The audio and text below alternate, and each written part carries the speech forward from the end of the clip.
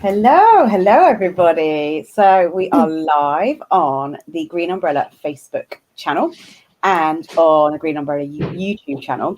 We are not today live on Christina's LinkedIn profile because she is on holiday. And I don't know what's changed because normally she lets us go on her LinkedIn channel, but I think because she's actually properly under advice and a bit of duress taking a full week off. She said she couldn't respond to any comments on there easily. So we're not on her LinkedIn today, but we're wishing her a happy holiday and hoping that she's not tuning in, actually. I don't know, Jane, you've been quite strict with her to say no. Yeah, fingers crossed she's not, but yes, who knows? Because you do need one when you're running a business. Well, you're working in a business and running a business. So how are we? How are we all? Yeah, good. Good. Busy as ever. Yeah.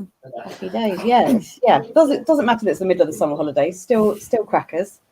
Yep. And today and this week has been quite an important one for teenagers or parents of teenagers of that age, because it's GCSE results day today. And it was A-level results earlier in the week. And we were just saying that it's a bit earlier than usual and a bit different, but I guess that's still because a lot of schools they're not doing it by exams, they're doing it by predicted grades. Is that right? And someone, I'm leaning on your knowledge as a parent of teens there, Jane. Yeah, it's all teacher assessed grades this year, I think. So not my children this year. I've got one next year and one the year after. So God knows what's going to happen then. But we'll see. Fingers crossed.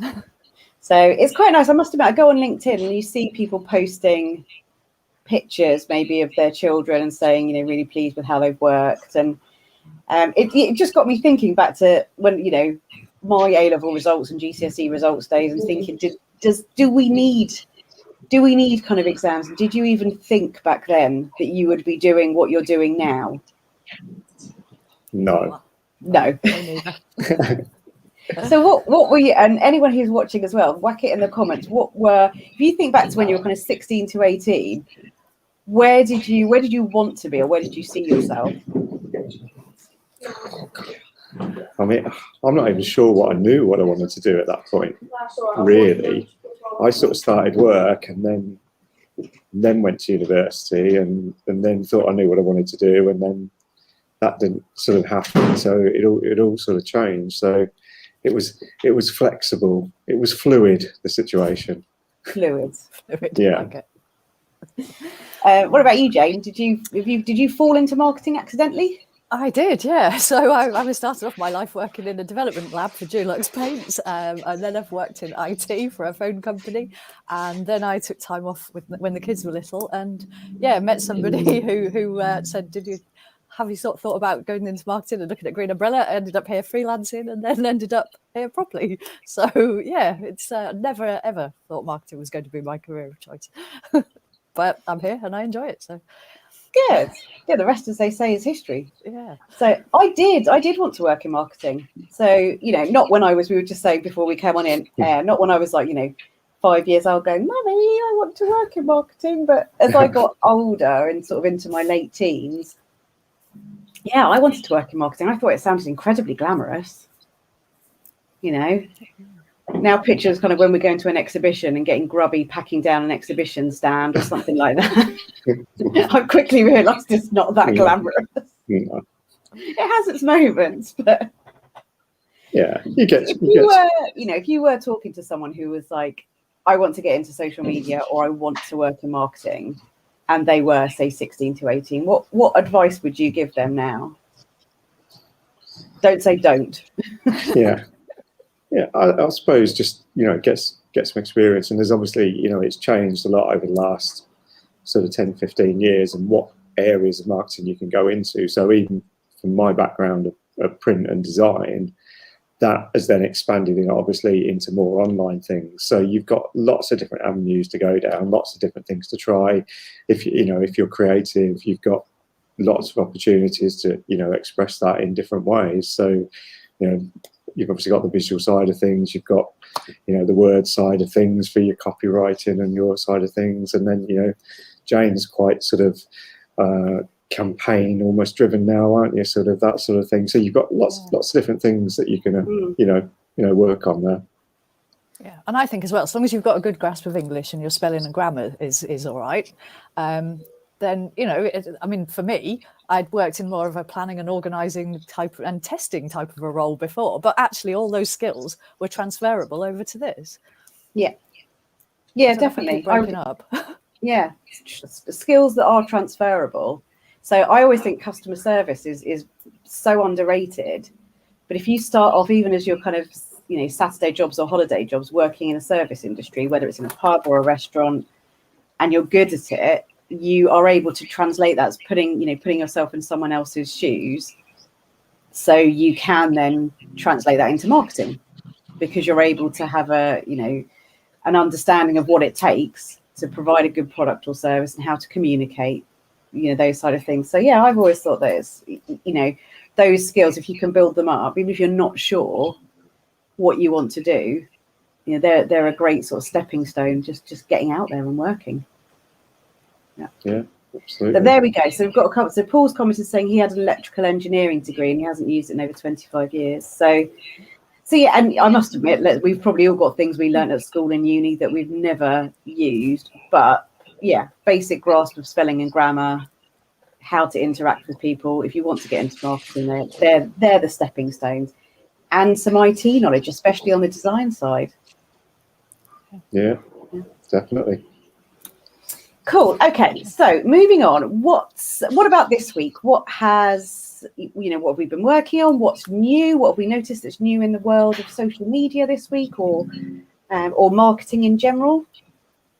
What have we got? I saw that thing this morning about the Instagram abusive messages, sort of hiding new abusive messages, which obviously, again, we've spoken about things on here before where, you know, certain things happen, and obviously there was the stuff with the football a while ago and things like that. So Instagram seemed to be sort of clamping down on that. So they've now got a system whereby if a lot of people have started suddenly following someone else, and then there's like certain amount of abusive messages, they can then filter those out. So they're really trying to sort of clamp down on those things that we've seen in the last sort of 6 months or so, where, you know, there has been a lot of online abuse for probably, well, I suppose the high profile things have been sports stars really that we've sort of seen recently. So yeah, so that's obviously a good thing.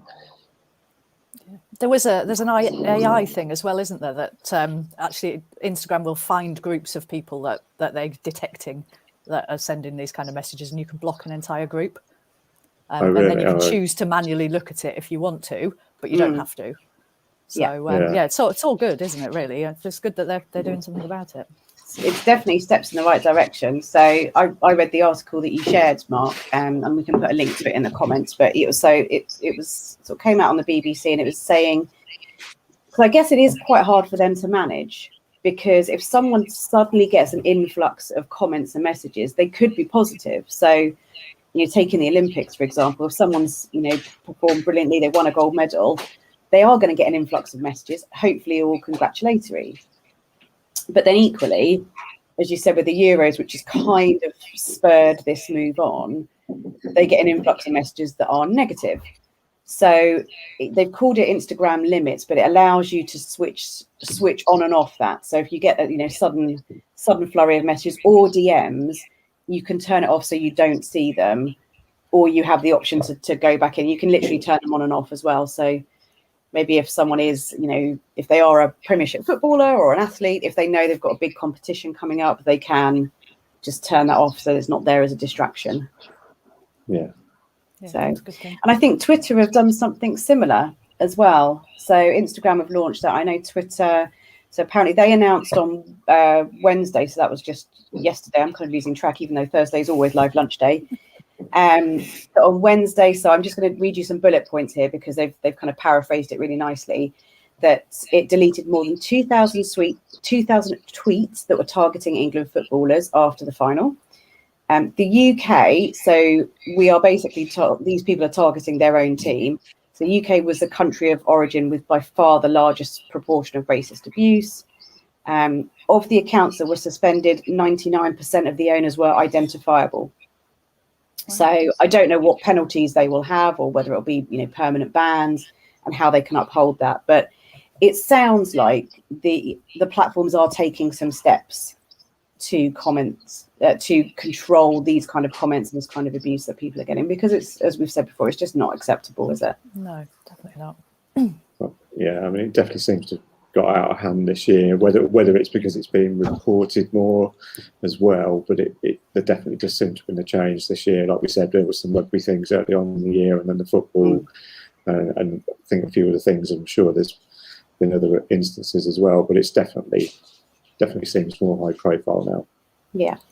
Yeah, I think, you know, we often focus on sport because we're fans, and also because I think it's quite relatable, so people know what's going on, but it's not limited to that. So anybody who is, you know, got a large following, anyone who's deemed to be an influencer, I must admit I don't watch Love Island, but you know, a lot of these people are in the public eye, and obviously they've had high profile cases where, you know, it's ended really tragically for people there. So I think this is definitely a good move. You know, all the social channels have had regulatory bodies, governments on their back for a while saying, what are you doing about this? It needs policing. So definitely a good move by them. Absolutely, yeah. So sticking with Instagram, one thing I saw this week was an article talking about how, basically explaining how the algorithm works for Instagram Reels, which I thought was quite interesting, because obviously I know we've talked about TikTok almost to death on here. You know, we've talked about how popular it is. Although this week I did hear on the news that TikTok was officially the most downloaded app of 2020. So, you know, I know it's been doing quite well in the charts for this year as well. So it'd be interesting to find out if it keeps that crown for 2 years running at the end of the year. But well, just to add to that, they had 63 million installs in July. TikTok. 63 million. Yeah. Wow. Crazy, isn't it? Yeah. Crazy. And I think they still only employ a handful of people. So handful of soon to be, if not already, very wealthy people. Yeah, absolutely. So Instagram Reels. So Reels is basically Instagram's version of TikTok that allows you to kind of use music, create entertaining videos, that kind of thing. And they are essentially in competition with TikTok. But they put this article out. Again, we can put it in the link, put the link in the comments to say this is how the algorithm works. So how it works out what to prioritize and what to show people. So, and essentially in kind of order of importance, they said that what they take into account is as a user. So if Mark, you were on Instagram and looking at Reels, it would take into account your behavior on the platform already. So things you had liked, things you'd interacted with, your history, what it's gleaned about you from kind of collecting data. And then the second factor they look at is your history with the person who has posted that reel. So whether you've had anything to do with them in the past, whether you've interacted with each other, whether you've had DMs, that kind of thing. So I'll take that into account. Then it moves on to looking at the reel itself. So it will look at kind of what audio is featuring on there, you know, if it's kind of a trending song. It will look at so again, it pulls in some AI here about what the video understands as being shown. So it kind of looks at the pixels on there and thinks, okay, well, this is a video about a dog. I know you've interacted with videos with dogs before, you know, so basketball for basketball, that kind of thing. So it finds the topics that it's learned. And then we'll kind of show you that reel based on knowledge. And then lastly, it takes into account information about the person who's posted the reel. So again, what their reach is, how popular they are, do they align with what your interests are? So I thought that was really useful just to kind of take into account. But, you know, essentially what it's saying is, if you are posting something that is, you know, the bottom line is something that is quality, entertaining and engaging, which isn't, you know, that's not news in a way. That's what we kind of say about any social media post, isn't it? It's got to be quality content. It's got to be engaging. So that could be trending content, hopping on a dance craze, or just a topic that's going on. But it likes entertaining content. And similarly, it was quite transparent about what it penalizes. So in terms of, you know, deciding on the algorithm what's up there and what's down there, if anything's coming out that is, you know, low quality or it's watermarked, and that applies to a TikTok video. So if you are sharing a TikTok over to Instagram, it penalizes that. Well, not penalizes, but it puts it lower priority. So it likes original content. So being from TikTok, it counts as being watermarked. So low res or watermarked, lower in the priority list. Anything political by political figures or political parties as well, lower down. So it's trying to keep it a very light-hearted, entertaining, engaging platform, nothing too serious, nothing too controversial. So if you were a marketer for a political party or political figure, that's not the platform for you then. No. So yeah, I just thought that was really interesting to, we're often kind of talking about how the algorithms work, trying to understand them better. And obviously Instagram is a big platform where people are jostling for space. Definitely, yeah. Do you get asked about it much from clients in terms of process and advertising? So Jane, you are our queen of campaigns. So do people tend to focus more on Facebook ads, and if it goes into Instagram, it's popular? Or yeah, I mean, ads wise, we haven't really done anything much with Reels actually, or TikTok or any of those. So actually, it's quite new. I mean, I'm assuming now they're sort of becoming a bit more transparent, and it is becoming more and more popular. That will be a route that some of our clients will start to go down. But I mean, I know some of them sort of do their Reels videos and TikTok videos, but yeah, not big yet. But I imagine it will do. So yeah, it'll be a bit of a watch this space, I think, on that one. So. And now we've got we have new team members for Green Umbrella who are not quite, we haven't persuaded them to get to live lunch yet, but our Kickstarters that we've got in the crew, they may be the ones that tip us into doing things like Reels and TikToks as well. We've had some conversations in the office where basically, they're the sort of Snapchat generation, shall we say, and TikTok. So yeah, definitely. We'll see what we can do with them. Yeah, they need to come on and tell everyone about Snapchat. Yeah, I can imagine they'll get you to do some dance craze ones where. No, they won't. Mark, you're kind of, doing the whole. No, that's not happening. No.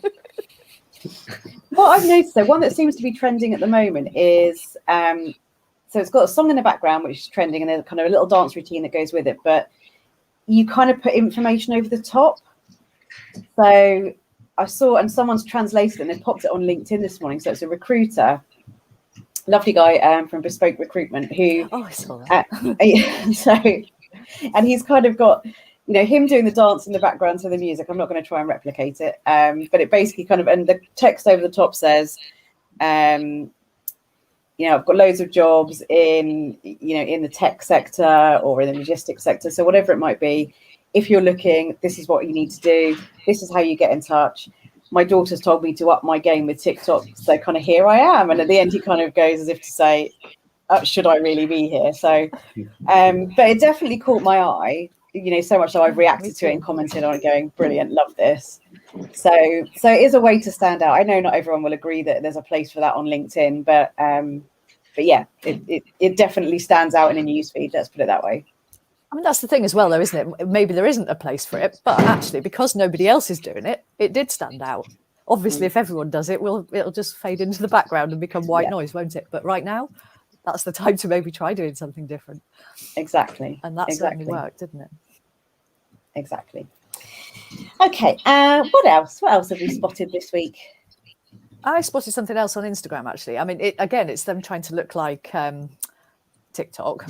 In Reels now, they've got a new audio tab. So you can click on that and you can pick a song, and basically you can see any reel it's been used in.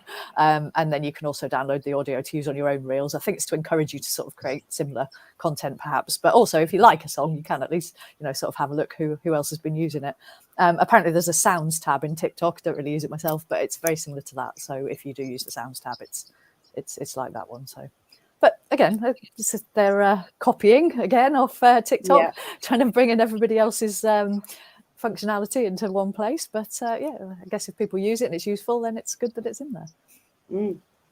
Yeah, so Ella has commented. So hi Ella, she said I've seen a few people sharing TikToks on LinkedIn, and she shared some of her reels there as well. So yeah, it's starting to creep in, and they don't have to be a dance craze. I think we've said before, sometimes people who are a bit reluctant to even think about using TikTok or reels, if you kind of reframe it in your brain as a video editing tool, that it works well for that. It works well for creating caption videos, and can be a great way to stand out from the crowd and, get eyeballs onto your post in your newsfeed as well. So yeah, definitely. Cool. So what LinkedIn wise, one thing that I just saw a news story about today is that LinkedIn have enabled video calls, which I thought was a pretty nifty move. So you can send a voice note on LinkedIn, and I know we've probably mentioned that before, but I don't think we talk about how useful they are on here. Sending a voice note to someone on LinkedIn is a great way to stand out in terms of,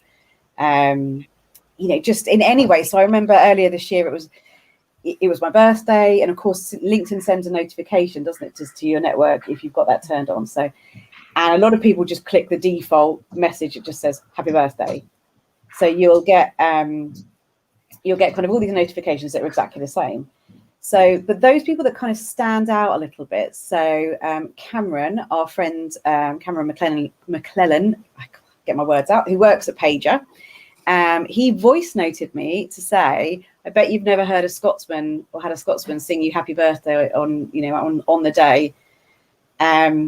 And then he said, well, you're not going to anyway. So, but he sent me this voice note, and it's stuck in my memory. It's just a way of being a little bit different. But yeah, kind of, voice notes are a great way. So if you are doing any kind of business development or you want a reaction, instead of just sending an email, go into the app, go as if you're messaging someone, and hold down the microphone, much like you would on WhatsApp, and send a voice note that way. But LinkedIn have just introduced video calls as well. So again, you access it by going into the messaging side. And Paul has asked whether it's just via the app or on desktop.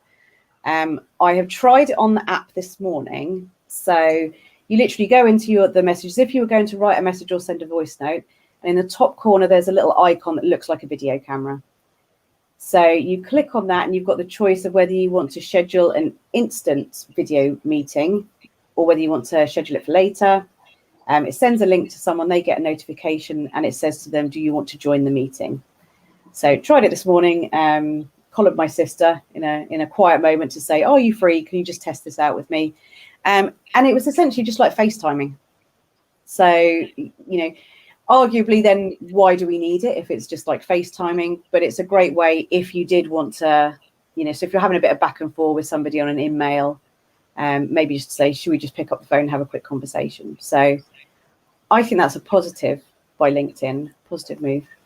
Definitely, because you don't even need to share your phone number with anyone, do you? You're just having this message, you just click the button. But actually, I know you'd sent me a link and I didn't see it straight away. But when I did see it, I clicked through to it and it did open up on desktop. So you can obviously do it on desktop as well. I'm not sure how you start one on desktop, but I certainly could have joined yours on desktop because I clicked through to it and set it up and put the camera on and everything. And it was like being on Zoom, to be honest, on the desktop.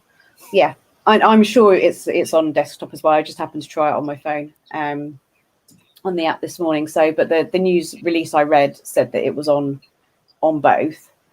And apparently they are going to be adding more features to it as well, because at the moment it's limited to just a voice call. So you can't do sort of screen share or anything like that, which of course you can do on Zoom. So there's pros and cons.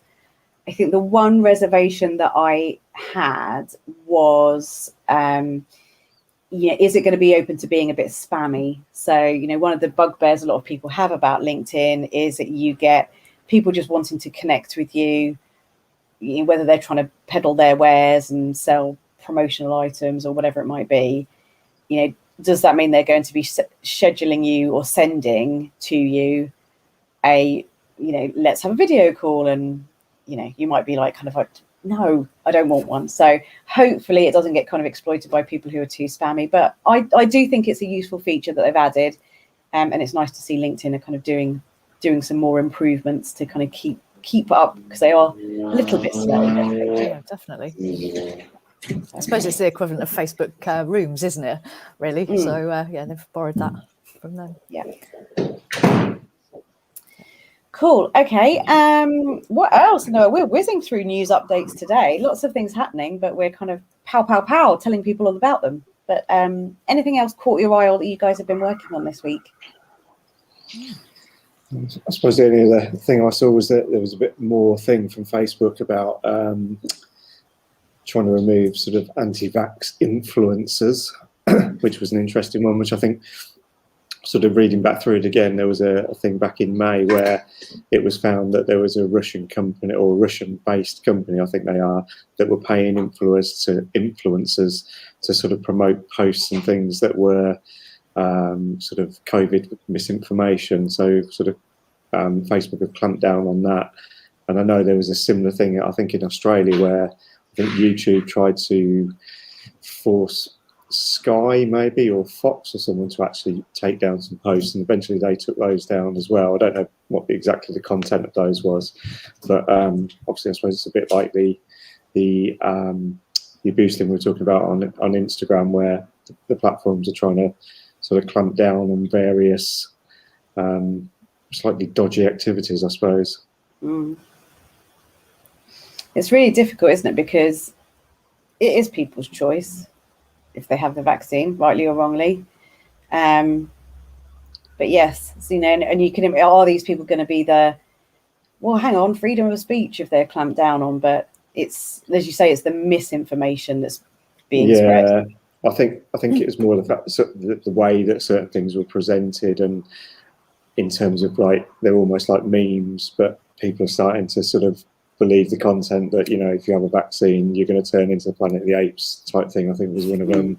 And another reference to the film I Am Legend I saw somewhere else as well. Oh, yes. Where you know, again, things were sort of taken out of context and things like that. So I suppose it's not, I don't think it's obviously a problem about presenting information, but it's how that information is presented, I presume. Yeah. I think misinformation is such a huge thing. I've been really tempted before to make a video where I put on like army gear and walk up my drive and go, and you know, the caption's like, she's been away at war for 3 months and now she's back and her dog still remembers her, when actually I've just been to Tesco's, because I still get that reaction. Yeah. But you know, those sort of heartwarming things that people share going, oh, isn't it so moving? It's, you know, at the risk of sounding cynical, a lot of them are fake. Yeah. So, you know, just and how easy it is to fake information like that. So, but you know, maybe we're wise to it, but yeah, it's that misinformation that causes a lot of problems, I think, on social media. Yeah, definitely.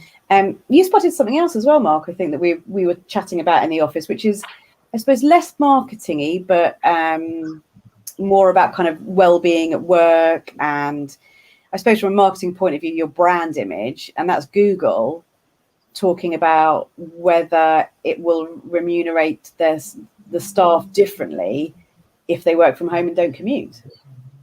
Yeah, no, again, it was just something that cropped up the other day, but I thought it was quite an interesting thing. And I suppose in some ways it makes sense if their salaries are based on people, you know, obviously having to commute and then, you know, or living in a certain area and things like that.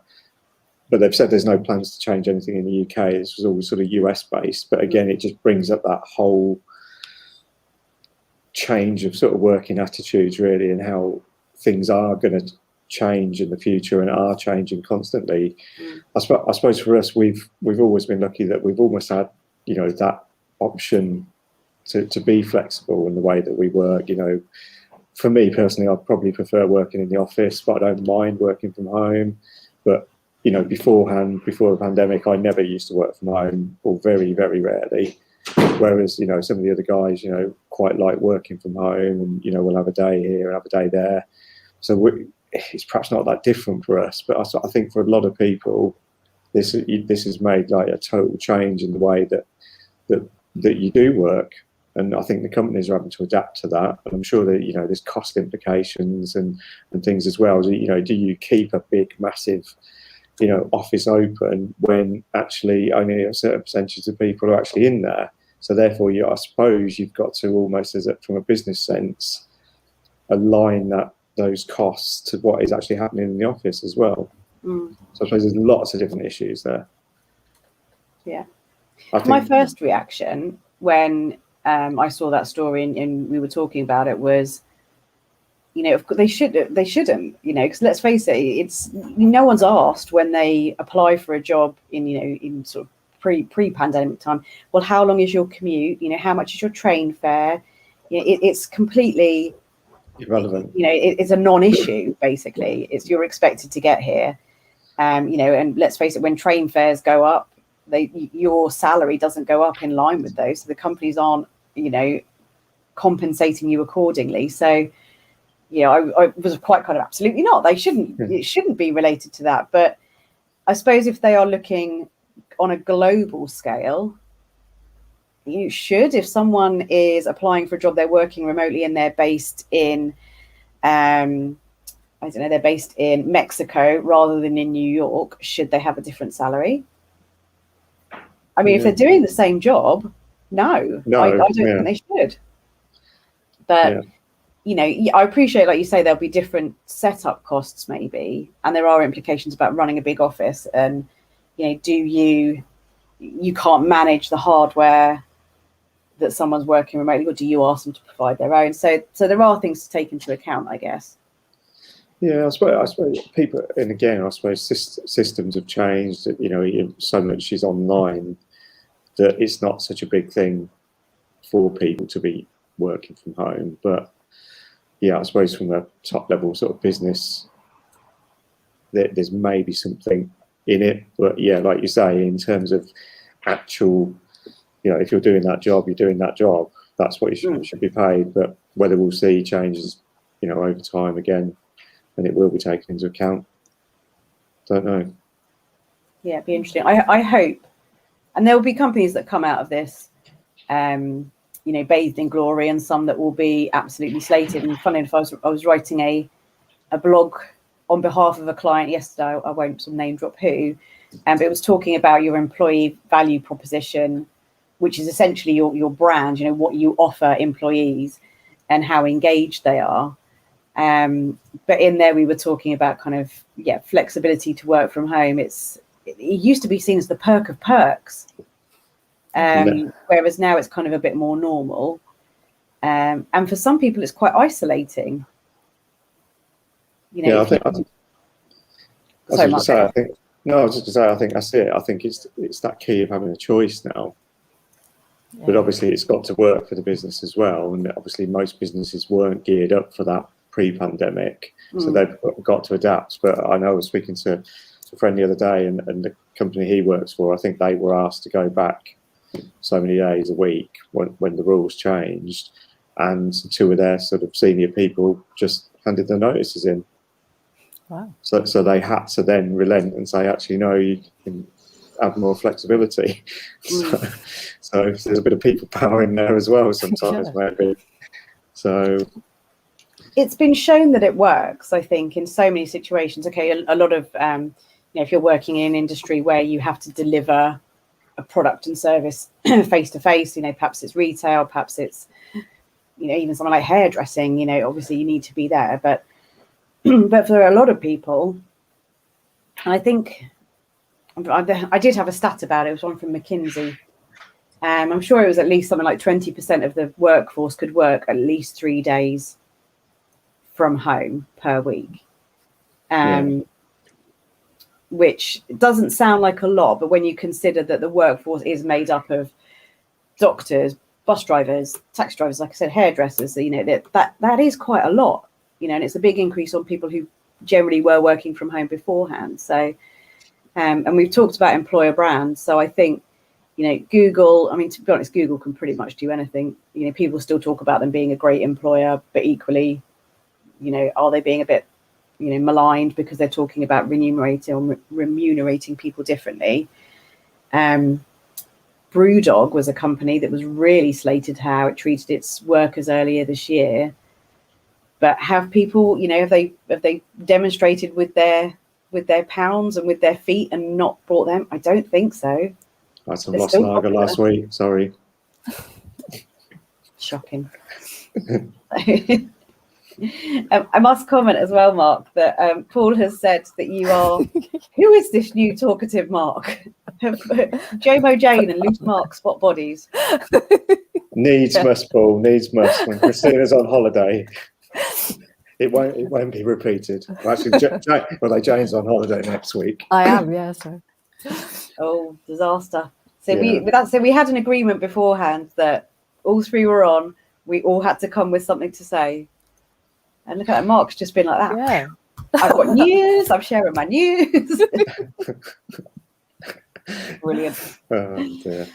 Fabulous. Anything else? Anything else that we're working on? We want to share? There's one tiny little thing on LinkedIn. It's actually not brand new, but it is quite handy.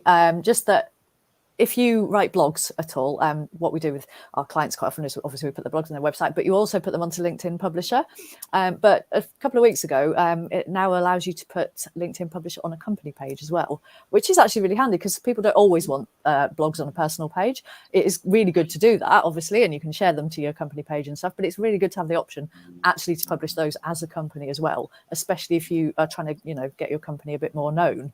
So yeah, I thought that was a good move from LinkedIn. Like I said, it was a couple of weeks ago now, but yeah, it's good. It's a good one, I think. Definitely, it's definitely a good move from LinkedIn, and also from an SEO point of view. Correct me if I'm wrong, but basically every post is indexed on LinkedIn.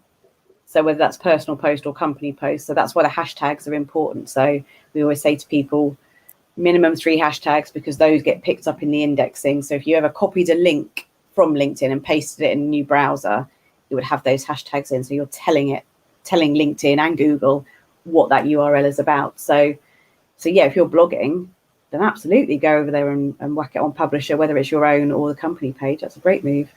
As long as you wait a week or so that it gets indexed on your own page first. But yeah, after that. Yes, very good point.